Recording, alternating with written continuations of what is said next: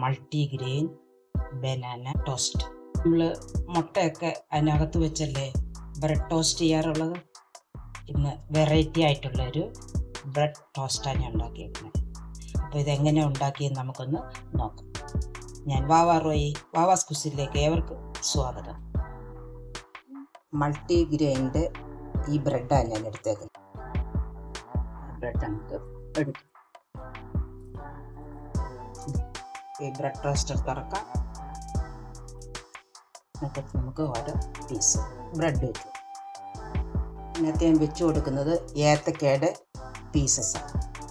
എൻ്റെ മുകളിലോട്ട് sunflower seed കുറച്ചിട്ടു, കുറച്ച് ഫ്ലാക്സ് സീഡ്സ് വെച്ച് കൊടുക്കാം, തേൻ ഒഴിച്ചെടുക്കാം. അതിന് മുകളിലോട്ട് ഓരോ പീസ് ബ്രെഡും കൂടെ വെച്ച് കൊടുക്കാം. നമുക്കത് അടയ്ക്കാം. നമ്മളത് ലോക്ക് ചെയ്ത് സ്വിച്ച് ഓൺ ആക്കും. ഗ്രീനും റെഡും ലൈറ്റ് കത്തിക്കിടക്കുക. ആ ഗ്രീൻ ലൈറ്റ് ഓഫായി. ഇനി നമുക്ക് സ്വിച്ച് ഓഫ് ആക്കിയിട്ട് അത് ടോപ്പ്. നമ്മുടെ ഏത്തക്ക വെച്ചുള്ള ബ്രെഡ് ടോസ്റ്റ് റെഡിയായി. അത് നമുക്ക് അതിൻ്റെ എടുക്കാം.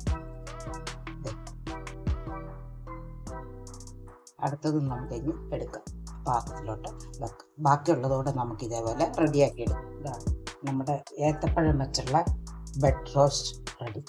എപ്പോഴും നമ്മൾ മുട്ടയൊക്കെ റെഡിയാക്കിയല്ലേ ബ്രെഡ് ടോസ്റ്റ് ചെയ്യാറുള്ളത്. നമ്മുടെ ബ്രെഡ് ബനാനയും വെച്ചുള്ള ബ്രെഡ് ടോസ്റ്റ് ഇഷ്ടപ്പെടുവാണെങ്കിൽ ലൈക്ക് ചെയ്യാനും ഷെയർ ചെയ്യാനും സബ്സ്ക്രൈബ് ചെയ്യാനും മറക്കരുത്. മൾട്ടിഗ്രെയിൻ്റെ ആയതുകൊണ്ട് നല്ലൊരു ടേസ്റ്റും കൂടെ. Banana multigrain bread toast. ഇനിയും ഇതേപോലെ നല്ലൊരു റെസിപ്പിയുമായി കടന്നു വരുന്നുണ്ടെന്ന് ഏവർക്കും താങ്ക്സ്.